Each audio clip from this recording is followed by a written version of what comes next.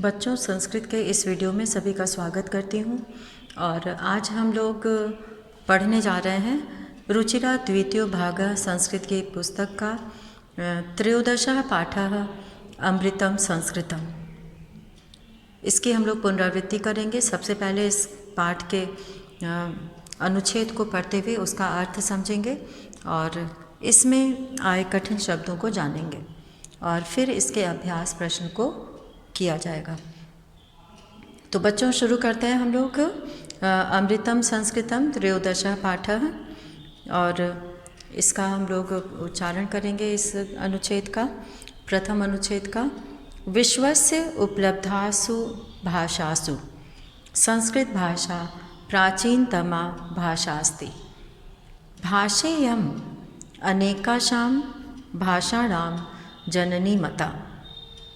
प्राचीनयोः ज्ञानविज्ञानयोः निधिः अस्यां सुरक्षिता।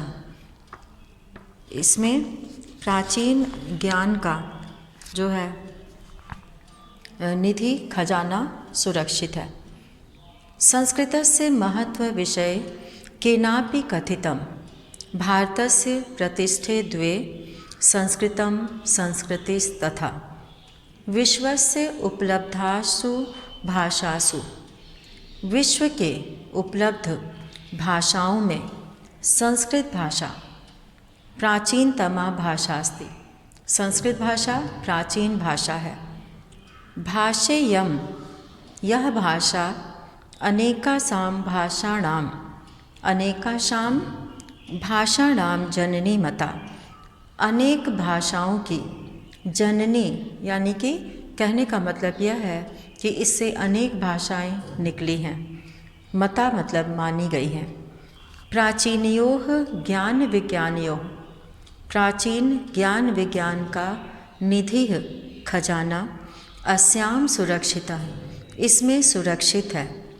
संस्कृतस्य महत्व विषय केनापि कथितम्, संस्कृत के महत्व के विषय में केनापि कथितम्, किसी ने कहा है। भारतस्य प्रतिष्ठे द्वे, भारतस्य प्रतिष्ठे द्वे, भारत की दो प्रतिष्ठा है। संस्कृतम संस्कृतिस तथा, संस्कृत और संस्कृति। निधि का अर्थ होता है खजाना। निधि कहते हैं खजाने को, यानी कि इसमें बहुत सारे ज्ञान की बातें हैं। महत्व विषय केनापि कथितम, किसी ने कहा है। भारतस्य प्रतिष्ठे द्वे संस्कृतम संस्कृति तथा। संस्कृत और संस्कृति हमारे देश की दो प्रतिष्ठा है, गौरव का विषय है ये।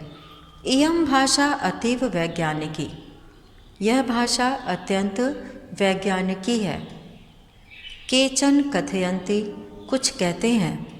यत् मतलब कि, केचन का अर्थ होता है कुछ लोग, कथयन्ति मतलब कहते हैं, यत् मतलब कि संस्कृतमेव, संस्कृत ही संगणकस्य कृते, कंप्यूटर के लिए सर्वोत्तमा भाषा, सबसे उत्तम भाषा है।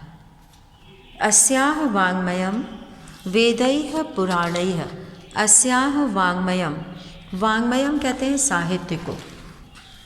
वाङ्मयम,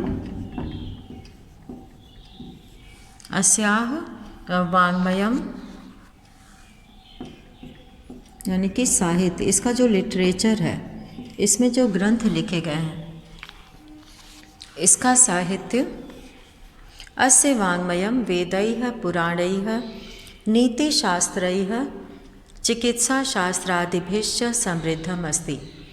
तो नीतिशास्त्र और चिकित्सा शास्त्र आदि से समृद्धम् अस्ति, भरा हुआ है। कालिदासादीनां विश्व कविनां,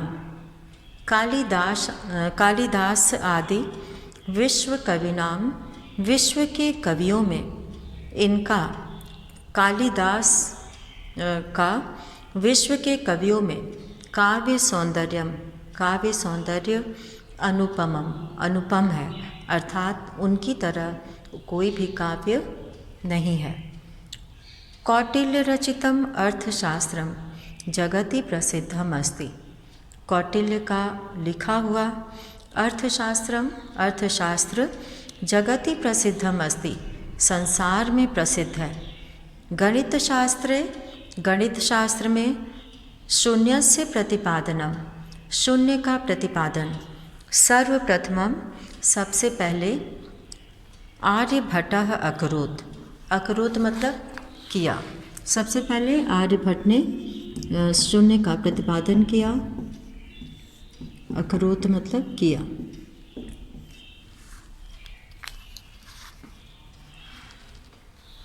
चिकित्सा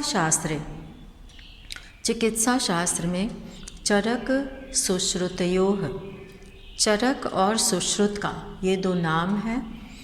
योगदानम, चिकित्सा शास्त्र यानी कि जो इलाज किया जाता है, रोगों का जो निदान किया जाता है, चिकित्सा की जाती है, उपचार किया जाता है, तो वो चिकित्सा शास्त्र में होता है।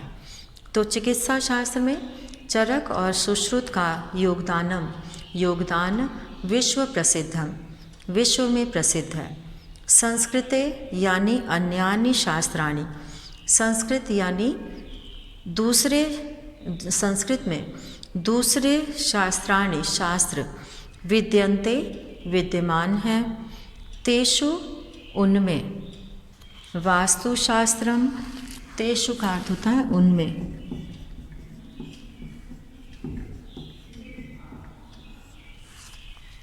उनमें वास्तुशास्त्रम, रसायन शास्त्रम, खगोल विज्ञानम, ज्योतिष शास्त्रम, विमान शास्त्रम इत्यादि उल्लेखनीयानि। तो इसमें जो है ये जो सभी शास्त्र हैं, इसमें जो है गणित शास्त्र जो है वो मैथ को कहते हैं, और चिकित्सा शास्त्र जो मेडिकल साइंस की पढ़ाई करते हैं, चिकित्सा शास्त्र वो होता है। वास्तुशास्त्र आर्किटेक्चर जो होते हैं, और रसायन शास्त्र केमिस्ट्री यानी जिसमें रसायन केमिकल के बारे में ज्ञान प्राप्त किया जाता है। और ज्योतिष शास्त्रम एस्ट्रोनॉमी जो बताते हैं, भविष्य बताते हैं और उनमें गणना की जाती है ग्रहों की।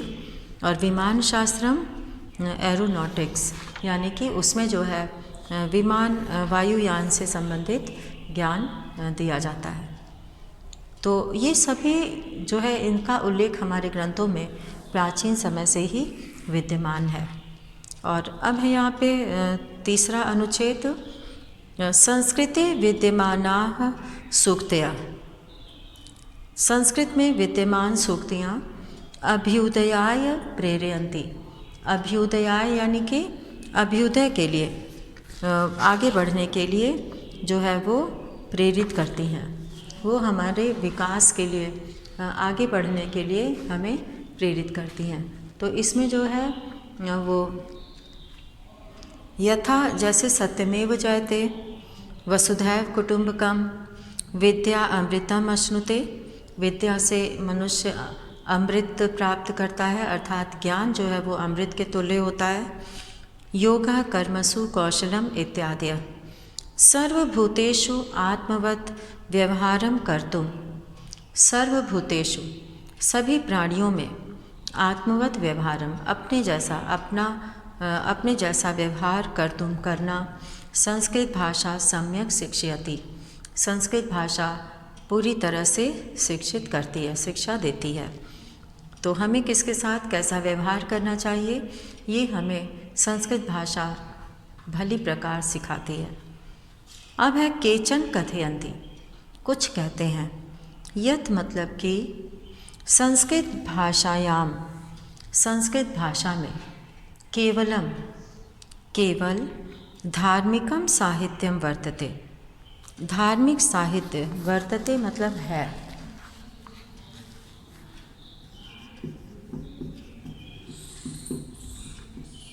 वर्तते का अर्थ होता है। और इस पे जो है और जो शब्द आए थे, अनुपमम का अर्थ होता है अतुलनीय।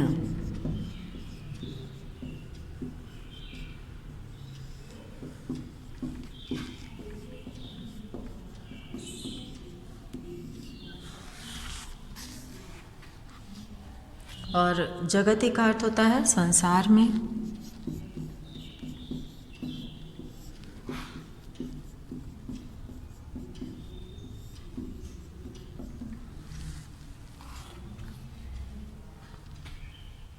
खगोल विज्ञान कहते हैं, जिसमें कि अंतरिक्ष के बारे में ज्ञान प्राप्त किया जाता है।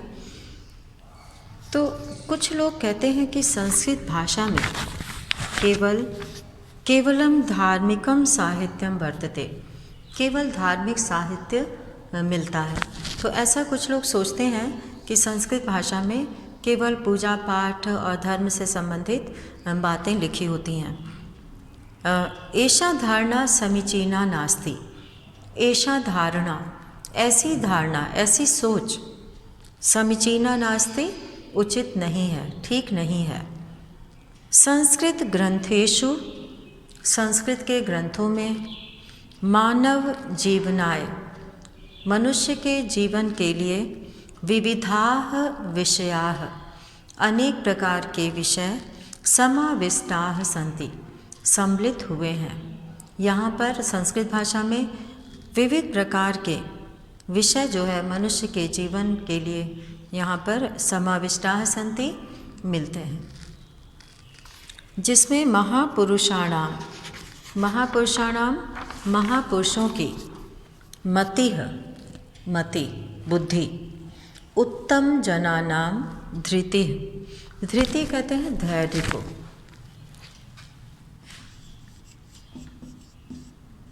धृति कहते हैं धैर्य को, उत्तम जनानाम धृति, उत्तम लोगों का धैर्य, सामान्य जनानाम जीवन पद्धति, सामान्य लोगों के जीवन पद्धति यानी जीने का तरीका, जीवन जीने का ढंग, च वर्णिताः सन्ति, ये सब वर्णित हैं, यानी कि इनका वर्णन मिलता है। तो उत्तम जनानाम धृति है, उत्तम लोगों की, अच्छे लोगों की, महान लोगों की का धैर्य और सामान्य जनों के जीने की पद्धति वर्णित है। अतः अस्माभिः संस्कृतम अवश्यमेव पठनीयम, इसलिए अस्माभिः यानी कि हमें संस्कृतम, संस्कृत अवश्यमेव पठनीयम, अवश्य पढ़ना चाहिए। तेन मनुष्यस्य समाजस्य च परिष्कारः भवेत्, तेन मतलब उससे, मनुष्यस्य मनुष्य का, समाजस्य समाज का, परिष्कारः परिष्कार यानी कि उसका विकास होगा, उसके अंदर अच्छी भावनाएं आएंगी मनुष्य के अंदर और समाज के अंदर। उक्तंच, और कहा गया है, अमृतम संस्कृतम मित्र, हे मित्र संस्कृत अमृत है। सरसम सरलम वचन, और इसमें सरस रसयुक्त और सरल वचन है। भाषासु महनीयम यद, भाषाओं में यह महान है। ज्ञान विज्ञान पोषकम, और ज्ञान विज्ञान को बढ़ाने वाला है। पोषक यानी कि ज्ञान विज्ञान में और अधिक जो है वो ज्ञान देने वाला है।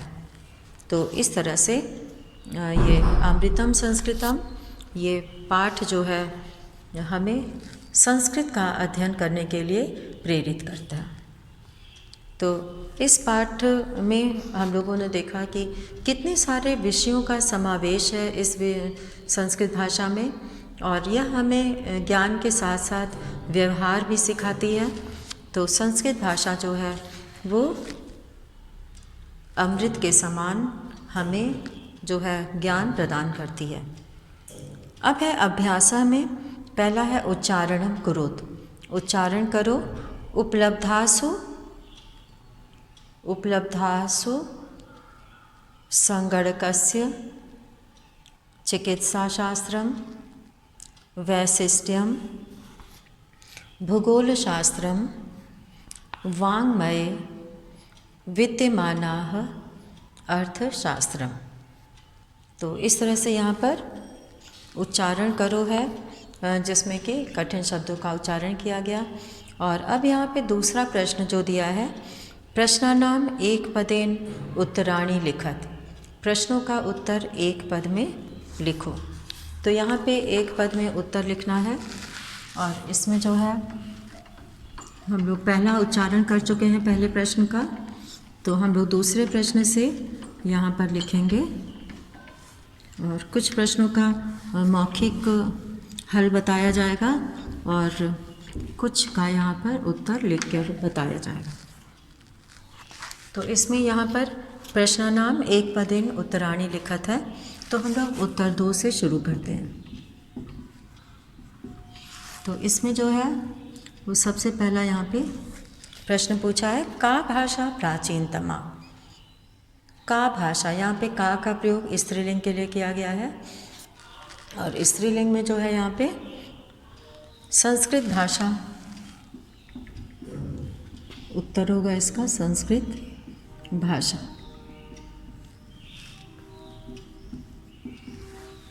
और ख है, शून्य से प्रतिपादनम कह अकरोत। शून्य का प्रतिपादन कौन किया, तो यहाँ पे आर्यभट्ट।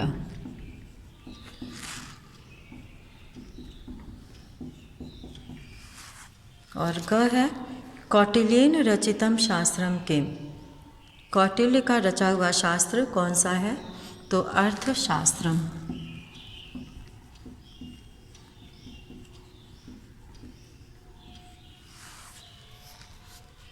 और घ है, कस्याः भाषायाः काव्य सौंदर्यम अनुपमम। किस भाषा का काव्य सौंदर्य अनुपम है, संस्कृत भाषायाः।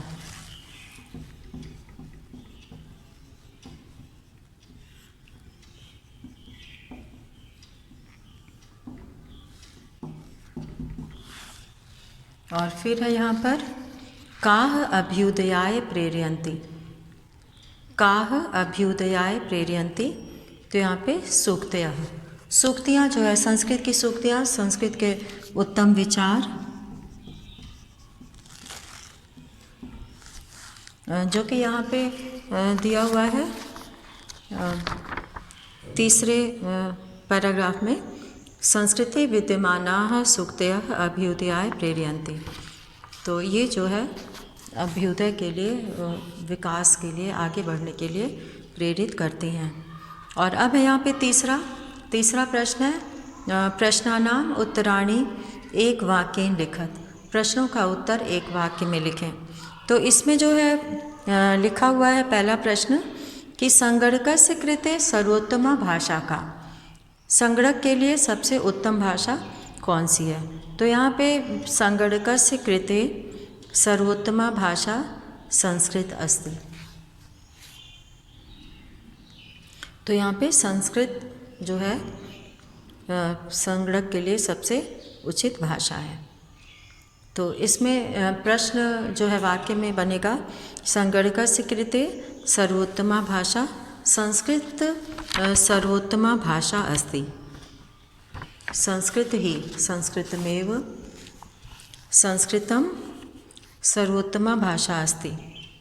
अब है ख, संस्कृतस्य वाङ्मयं कैः समृद्धम् अस्ति। संस्कृत का वाङ्मय किससे समृद्ध है, तो यहाँ पे किससे से जो है तात्पर्य है वेदैः पुराणैः। तो यहाँ पर वेदैः पुराणैः नीतिशास्त्रैः चिकित्साशास्त्रादिभिः च समृद्धम अस्ति।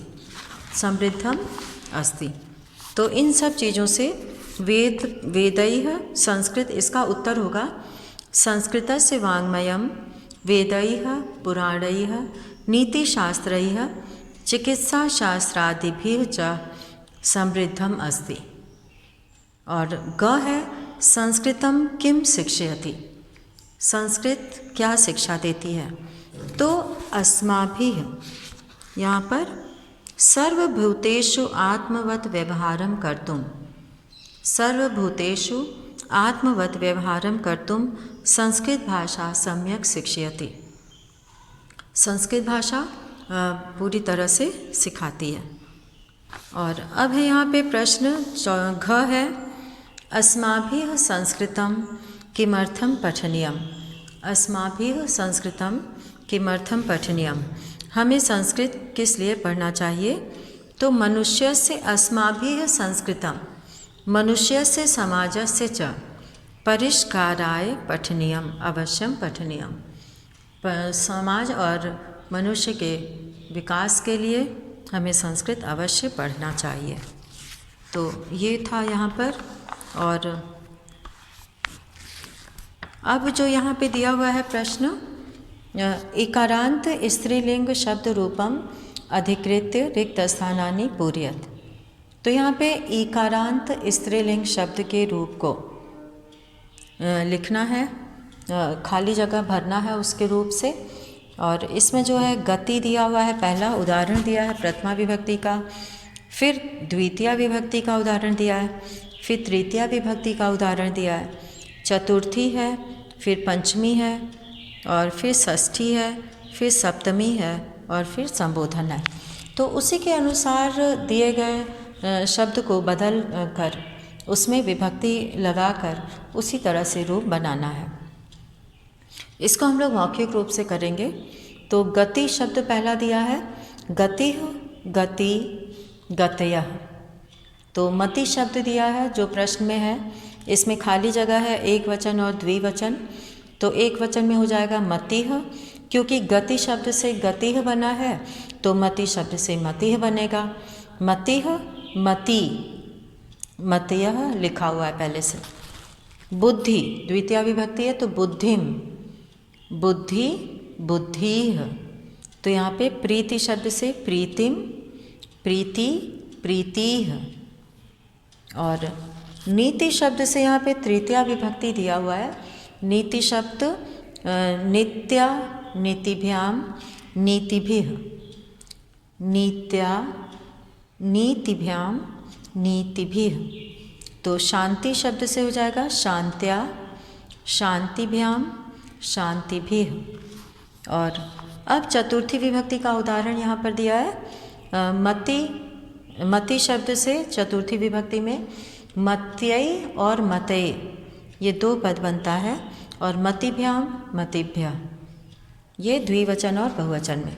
तो प्रकृति शब्द से चतुर्थी में बनेगा प्रकृत्यैः या प्रकृतये, प्रकृतिभ्याम, प्रकृतिभ्यः। और फिर है कीर्ति, कीर्ति से पंचमी विभक्ति में यहाँ पे कीर्त्या, कीर्त्याः या कीर्तेः, कीर्तिभ्याम, कीर्तिभ्यः। ये उदाहरण दिया है, इसी के अनुसार हमें नीचे का बनाना है। गीति शब्द से, उसके नीचे लिखा हुआ है गीति शब्द पंचमी विभक्ति में बनेगा गीत्याः, गीत्ये, गीत्याः, गीत्ये, गीतिभ्याम हो जाएगा द्विवचन में, और गीतिभ्यः हो जाएगा बहुवचन में। गीतिभ्यः और गीतिभ्याम द्विवचन में। सूक्ति, सूक्ति षष्ठी विभक्ति है। सूक्तेः, सूक्त्याः, दोनों में से कोई भी एक लिखा जा सकता है। सूक्तेः, सूक्त्याः, सूक्त्योः, सूक्तीनां। कृति षष्ठी विभक्ति है। कृतेः, कृत्या, कृत्योः, कृतीनां, कृत्योः, कृतीनां। और अब यहाँ पे धृति शब्द से सप्तमी विभक्ति का उदाहरण दिया गया है। धृतौ, धृत्याम, दो रूप है इसका, एक वचन में, और द्विवचन में है धृत्योः, और बहुवचन में है धृतिषु। और फिर है भीति सप्तमी विभक्ति। भीतौ, भीत्याम, भीत्यो, भीतिषु। और मति में है संबोधन में हे मते, हे मति, हे मत्य। तो ई की जगह पे ए हो जाता है संबोधन में। तो यहाँ पर संबोधन में जो है हे मते, हे मति, हे मतयः रूप बना है। और अब यहाँ पे पांचवा प्रश्न है रेखांकितानि पदानि अधिकृत्य प्रश्न निर्माणम कुरुत। यहाँ पे रेखांकित पद के आधार पर प्रश्न निर्माण करें। तो इसमें जो है क में जो रेखांकित पद है वह है निधि, निधिः। तो निधि जो है वो प्रथमा विभक्ति एक वचन में है, तो का प्रयोग करेंगे। यहाँ पे उत्तर 5 हम लोग करेंगे, क्योंकि तीसरा चौथा हम लोग मौखिक रूप से कर लिए हैं। तो अब हम लोग पांचवा करेंगे। इसके क में यहाँ पे जो रेखांकित शब्द है उसकी जगह पे का हो जाएगा। और ख है संस्कृतमेव संगणकस्य कृते सर्वोत्तमा भाषा। तो यहाँ पे संगणकस्य की जगह पे आ जाएगा कस्य। और पूरा वाक्य बनेगा संस्कृतमेव संगणकस्य कृते सर्वोत्तमा भाषा और प्रश्न चिन्ह। और ग है यहाँ पर शल्य क्रियायाः वर्णनम संस्कृत साहित्ये अस्ति। तो किसमें संस्कृत शल्य क्रिया का वर्णन है? तो यहाँ पे संस्कृत साहित्य कस्मिन। और अब है घ में है वरिष्ठान प्रति अस्माभिः प्रियम व्यवहर्तव्यम। वरिष्ठान प्रति, यहाँ पर कान प्रति हो जाएगा।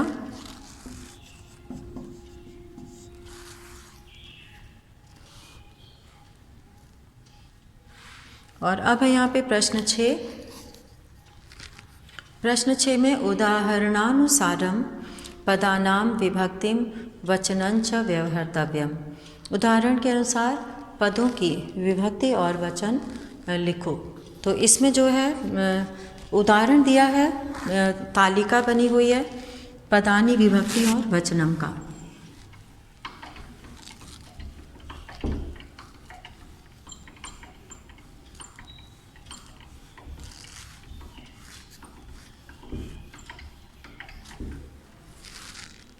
पदानी विभक्ति और वचन का। यथा में इसमें दिया है संस्कृतेः षष्ठी एक वचनम। और दूसरा इसमें गतिः शब्द दिया है। यहाँ पर जो खाली जगह में लिखना है वही हम लोग लिखेंगे। पहले प्रश्न संख्या लिखेंगे उत्तर 6। तो पहले खाली जगह में प्रथमा एक वचन आ जाएगा।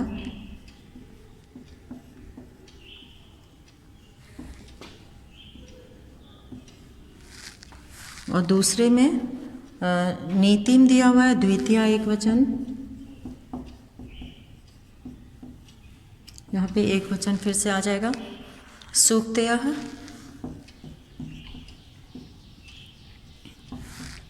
प्रथमा बहुवचन है।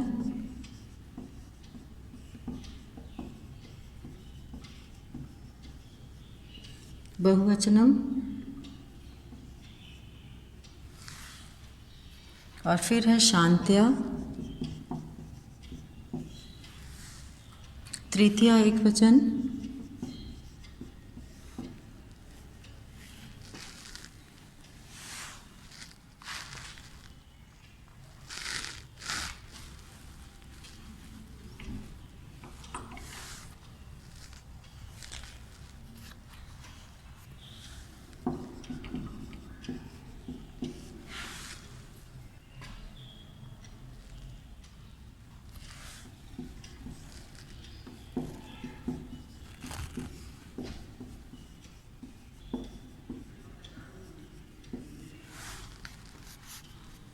प्रत्यय है, प्रत्यय है चतुर्थी एक वचन।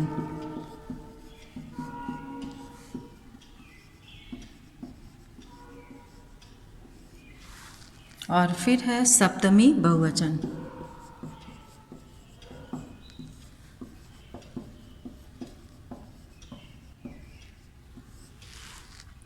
तो इस तरह से यहाँ पर ये लिखा गया।